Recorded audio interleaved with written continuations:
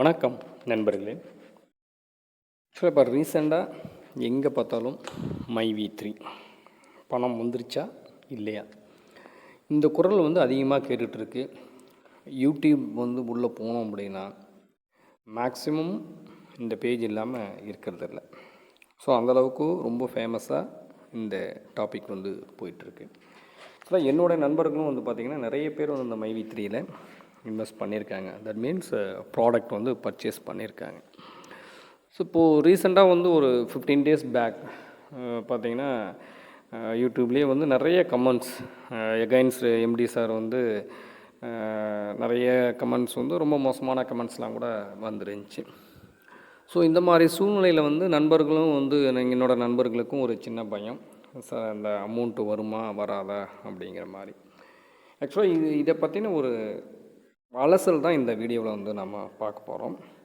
So உங்கள் மக்கள் என்ன பண்ணணும், காவல்துறை என்ன பண்ணணும், எம்டி சார், மீடியா, இந்த மாதிரி எல்லாம் என்ன பண்ணால் மக்களுக்கு இந்த ப்ராப்ளம் இல்லாமல் இந்த பிரச்சனை வந்து சால்வ் ஆகும், மக்கள் சேஃபாக இருப்பாங்க அப்படிங்கிறத பற்றின வீடியோ தான் இது.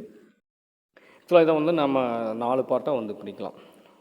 ஃபஸ்ட்டு ஒன்று வந்து பார்த்திங்க அப்படின்னா மக்கள் சைடு, செகண்ட் வந்து MD sir side, and third YouTube channels and medias, and fourth வந்து பார்த்திங்கன்னா காவல்துறை.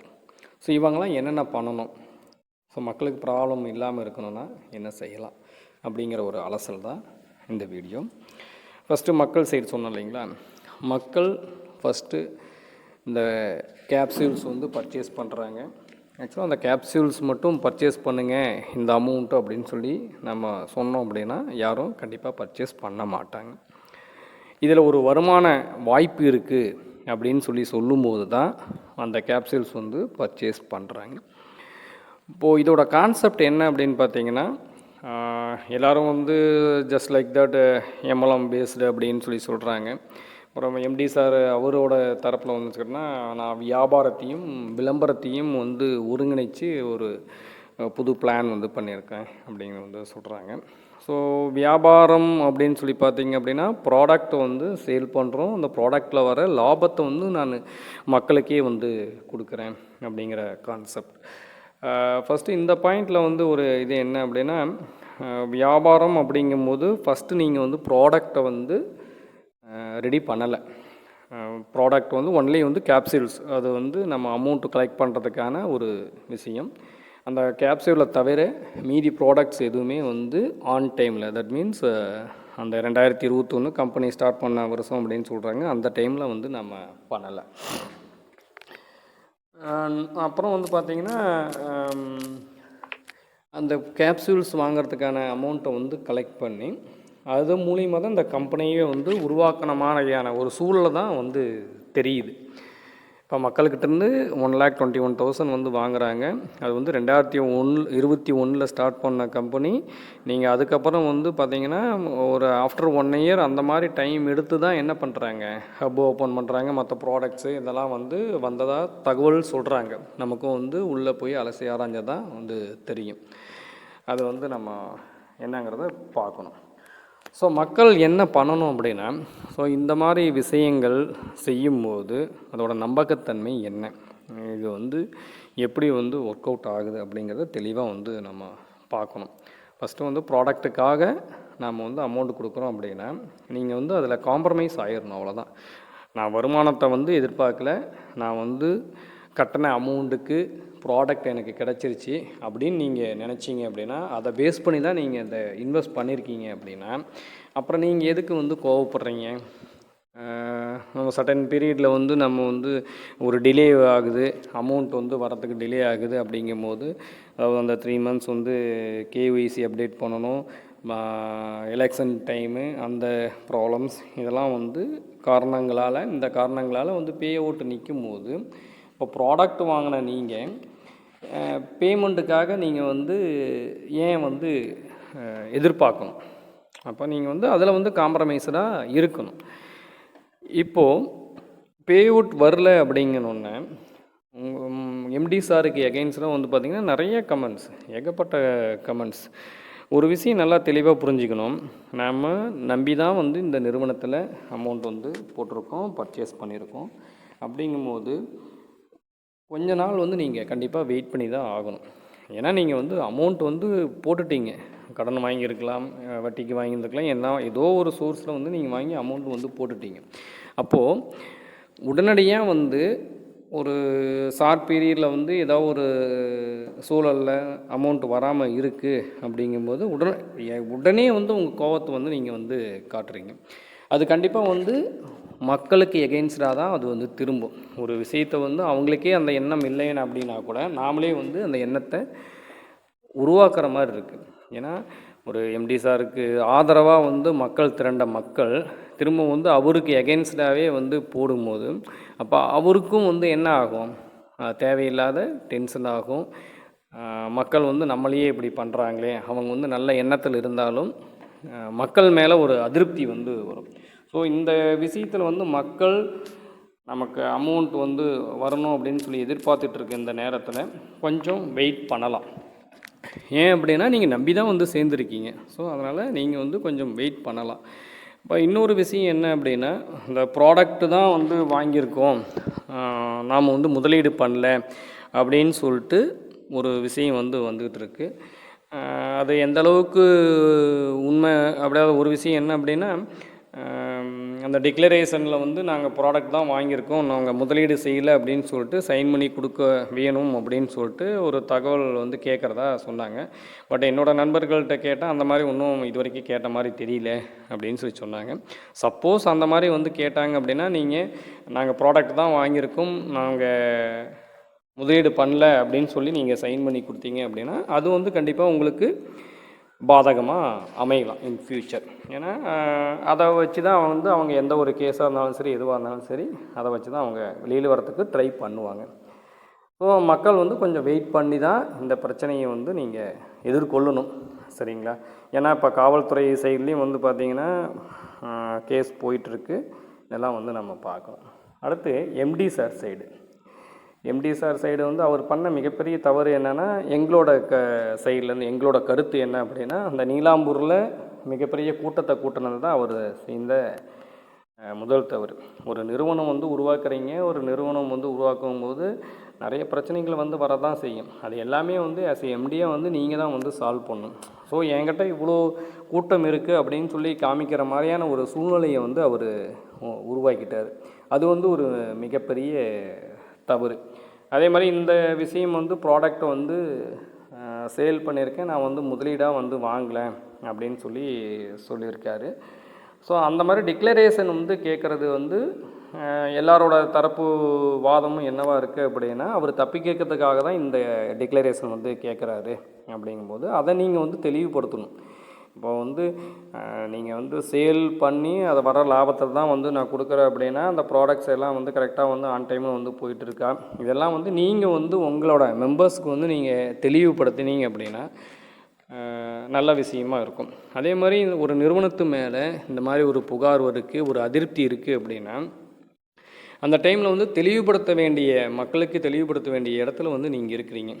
அதில் வந்து நீங்கள் ஓப்பனாக வந்து உங்களோட கான்செப்ட் என்ன, இப்போ வந்து கம்பெனி மேலே வந்து இவங்க வந்து ஸ்கேம் அப்படின்னு சொல்லிட்டு ஒரு புகார் வந்து வருது அப்படின்னா, அப்படி இல்லை அப்படின்னு சொல்லி நீங்கள் வந்து நிரூபிக்கணும் அப்படின்னா ரொம்ப சிம்பிள்.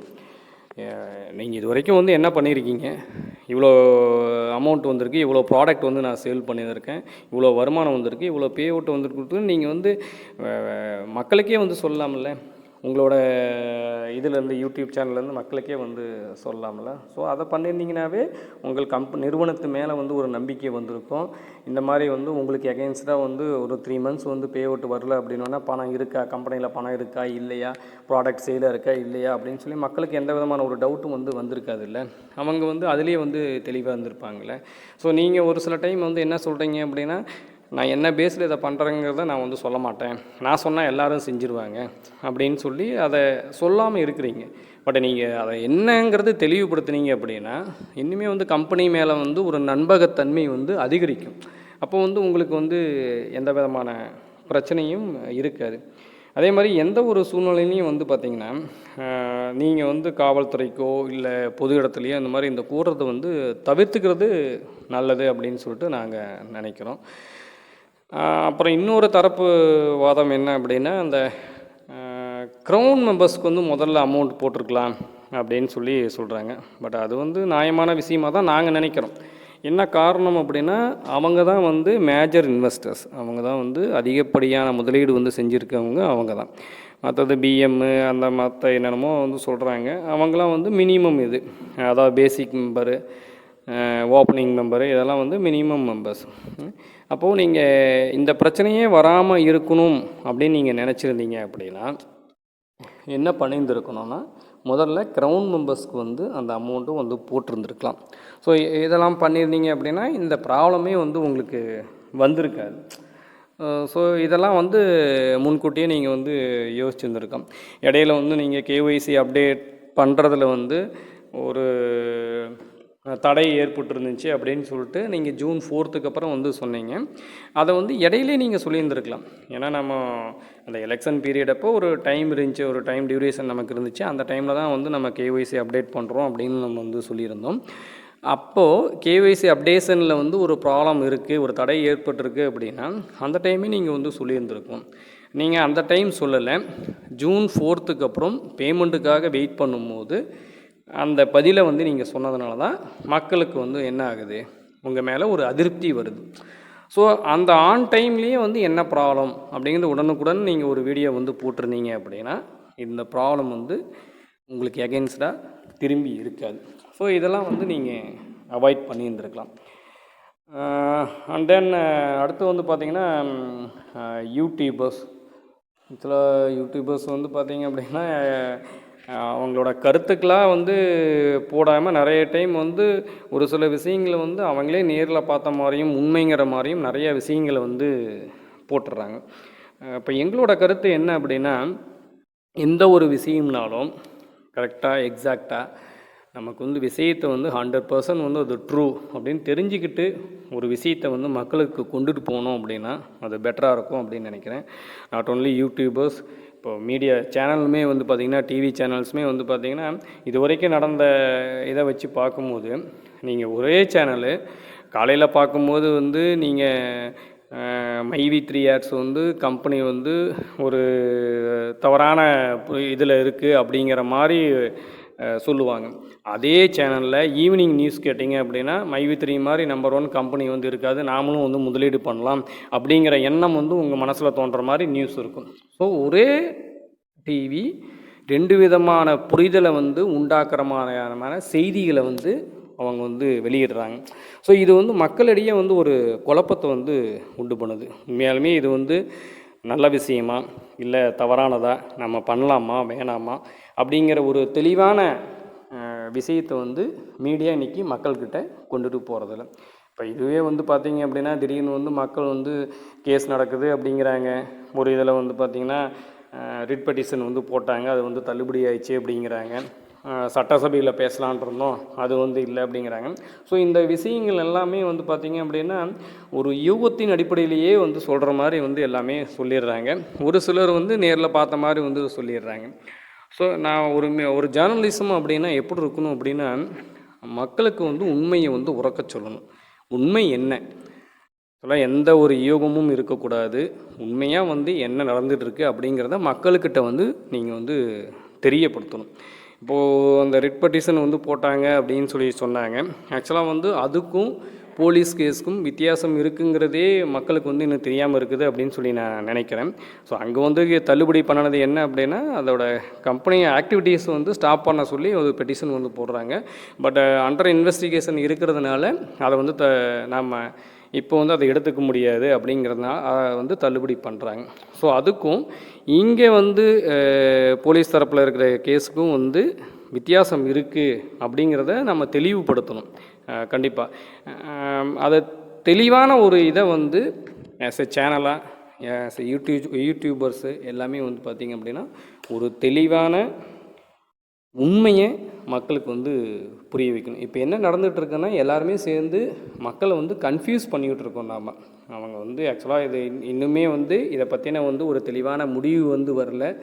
அது வரைக்கும் வந்து இதில் ஒரு சின்ன சின்ன குழப்பங்கள் இருந்துகிட்டு தான் இருக்குது. ஸோ அப்போ நாம் வந்து ஆஸ் எ மீடியாவாக என்ன பண்ணணும், அது உண்மை என்ன அப்படிங்கிறது வந்து தெளிவுபடுத்தணும். பட் அது வந்து சரியாக போகிற மாதிரி தெரில. ஸோ எங்களோட வேண்டுகோள் என்ன அப்படின்னா, மீடியா வந்து எப்போவுமே ஒரு உண்மையை வந்து 100% ட்ரூ மேட்டர்ஸ் மட்டும்தான் வந்து நீங்கள் மீடியாவில், அது உங்களோட யூடியூப்பாக இருந்தாலும் சரி, டிவி சேனலாக இருந்தாலும் சரி, எதுவாக இருந்தாலும் வெளியிடணும். இது வந்து மீடியா சைடு வந்து அவங்க பண்ணக்கூடிய விஷயமாக நாங்கள் வந்து நினைக்கிறோம். தென் ஃபைனலாக வந்து காவல்துறை. இப்போது காவல்துறை என்ன பண்ணோம் அப்படின்னா, இப்போது 1 month பிஃபோர் வந்து இன்வெஸ்டிகேஷன் நடந்துக்கிட்டு இருக்குது. ஸோ அந்த இன்வெஸ்டிகேஷன் பீரியடில் வந்து நீங்கள் வெயிட் பண்ணுங்கள் அப்படிங்கிற மாதிரி மட்டும் வந்து சொன்னாங்க. இப்போ கிட்டத்தட்ட இந்த கேஸ் வந்து பார்த்திங்கன்னா nearly 7 to 8 months or nearly 1 year இருக்கும் நம்ம. ஸோ இவ்வளோ நாள் வந்து மக்கள் இதில் வந்து பயங்கரமான ஒரு குழப்பத்தில் இருக்காங்க. ஏற்கனவே இருக்கிற மெம்பர்ஸ் வந்து என்ன ஆகும் அப்படிங்கிற மாதிரி இருக்கிறாங்க. புதுசாக வந்து ஜாயின் பண்ணலான்னு இருக்கிற மெம்பர்ஸ் வந்து நம்மளும் வந்து ஒரு இன்வெஸ்ட் பண்ணிவிட்டு இந்த கம்பெனியில் வந்து ஜாயின் பண்ணிட்டு ஒரு வருமானத்தை வந்து பார்க்கலாம் அப்படின்னு சொல்லி இருக்கிறவங்க நிறைய பேர் வந்து இருப்பாங்க. அப்போது நியர்லி 1 year ஆக போகுது. 1 yearல இந்த கம்பெனியில் வந்து என்ன நடக்குது, இது ஆக்சுவலாக வந்து என்ன பண்ணலாம், மக்களுக்கு வந்து இது சாதகமாக இருக்குதா இல்லை பாதகமாக இருக்குதா அப்படிங்கிறது வந்து காவல்துறை வந்து எவ்வளோ சீக்கிரம் வந்து முடியுமோ அவ்வளோ சீக்கிரம் மக்களுக்கு வந்து தெளிவுபடுத்தணும். இதில் வந்து இதுதான் நடக்குது, ஓகே ஒன்றும் பிரச்சனை இல்லை அப்படின்னா இதில் வந்து ப்ராப்ளம்ஸ் இருக்குது, இதை வந்து பண்ணாதீங்க. ஸோ இப்போ மக்கள் வந்து ரொம்ப நாளாக குழப்பத்தில் இருக்காங்க. நிறைய பேர் இந்த குழப்பத்துலேயும் நிறைய பேர் வந்து இன்வெஸ்ட் பண்ணுறாங்க. ஒரு சிலர் வந்து நம்ம என்னென்னு தெரிஞ்சுக்கிட்டு இன்வெஸ்ட் பண்ணலாம் அப்படின்னு சொல்லி வெயிட் பண்ணுறாங்க. ஸோ இது எல்லாம் வந்து இந்த குழப்பத்துக்கு எல்லாம் வந்து ஒரு தீர்வு வேணும் அப்படின்னு சொல்லி பார்த்தீங்க அப்படின்னா, காவல்துறை என்ன பண்ணணும்னா எவ்வளோ சீக்கிரம் முடியுமோ அவ்வளோ சீக்கிரம் இந்த இதுக்கு வெளிச்சத்துக்கு கொண்டு வரணும். ஸோ இப்போதைய மேட்ரு என்ன அப்படின்னா, மக்கள் நிறைய பேர் இன்வெஸ்ட் பண்ணியிருக்காங்க. வெளியிலேருந்து பார்க்கும்போது என்னோடய நண்பர்கள் இவங்ககிட்டலாம் வந்து பார்க்கும்போது வந்து பார்த்திங்க அப்படின்னா, லாஸ்ட்டு ஒரு 34 மாதம் 35 மாதம் அந்த மாதிரி சம்திங் வந்து சொல்கிறாங்க. பேய் அவுட் வந்து எந்த பிரச்சனையும் இல்லாமல் வந்துச்சு அப்படின்னு சொல்லி சொல்கிறாங்க. ஸோ அதை கண்டினியூ ஆகும் அப்படின்னு சொல்லிட்டு நம்புகிறாங்க. ஸோ இது வந்து மக்களுக்கு பிரச்சனை இல்லாமல் எவ்வளோ சீக்கிரம் வந்து ஸ்மூத்தாக இந்த விஷயத்தை வந்து வெளியில் கொண்டு வர முடியுமோ கொண்டு வந்து மக்களுக்கு ப்ராப்ளம் இல்லாமல் இதை முடித்து வைக்கணும் அப்படிங்கிறது தான் எங்களோட கோரிக்கை. ஸோ இது எல்லாம் நடந்துச்சு அப்படின்னா எல்லோரோட அல்டிமேட் டார்கெட் என்ன அப்படின்னு பார்த்தீங்கன்னா, மெயின் கோல் என்ன அப்படின்னா, மக்கள் வந்து ஏமாறக்கூடாது. ஏன்னா இதுக்கு முன்னாடி ஏன் இந்த கம்பெனி வந்து இந்த மாதிரி வந்து கொண்டுட்டு போகிறாங்க அப்படின்னா, ஸ்கேம் அப்படிங்கிற இதில் கொண்டுட்டு போகிறாங்க அப்படின்னா, இதுக்கு முன்னாடி இருந்த இந்த மாதிரியான விஷயங்கள், இந்த மாதிரியான நெட்வொர்க் மார்க்கெட்டிங் அந்த மாதிரியான விஷயங்கள் எல்லாமே வந்து ஸ்கேமில் முடிஞ்சிருக்கு. ஸோ அதனால தான் இதையும் வந்து அந்த நோக்கத்தில் வந்து கொண்டு போகிறாங்க. ஆக்சுவலாக உண்மையாலுமே இது வந்து ஒரு தவறான புரிதலில் இருக்கா, இல்லை உண்மையாலுமே நல்ல விஷயத்துக்காக வந்து நடக்குதா அப்படிங்கிறது வந்து சீக்கிரமாக நம்ம வந்து வெளியில் கொண்டு வந்தோம் அப்படின்னா கொஞ்சம் நல்லாயிருக்கும். ஸோ இது வரைக்கும் வந்து நம்ம இதை பற்றின வீடியோ போட்டதில்லை. வெரி ஃபஸ்ட் டைம் வந்து நண்பர்களின் வேண்டுகோளுக்கு தான் இந்த மேட்டரை வந்து நம்ம வீடியோவும் வந்து போடுறோம். ஸோ இன் ஃப்யூச்சர் என்ன நடக்குது அப்படின்னு பார்ப்போம். அவங்க பே அவுட் வந்து கொடுக்குறேன்னு சொல்லி சொன்ன நாட்கள் வந்து இன்னும் 2-3 நாள் தான் இருக்குது. June 30க்குள்ளார எல்லாருக்கும் வந்து பே அவுட் வந்துடும் அப்படின்னு சொல்லியிருக்காங்க. நம்ம வெயிட் பண்ணி வந்து பார்ப்போம். பே அவுட் உண்மையாலுமே வந்துடணும் அப்படின்னு தான் நாமளும் வந்து நினைக்கிறோம். ஏன்னா மக்களோட பணம் வந்து இதில் இருக்குது, மக்கள் யாரும் ஏமாறக்கூடாது. ஸோ எல்லாருமே எந்த பிரச்சனையும் இல்லாமல் அந்த பே அவுட் வரணும் அப்படின்னு சொல்லிட்டு நம்ம வேண்டிக்கிறோம். மீண்டும் ஒரு வீடியோவில் நல்ல ஒரு கருத்துக்களோடு உங்களை சந்திக்கிறோம். நன்றி, வணக்கம்.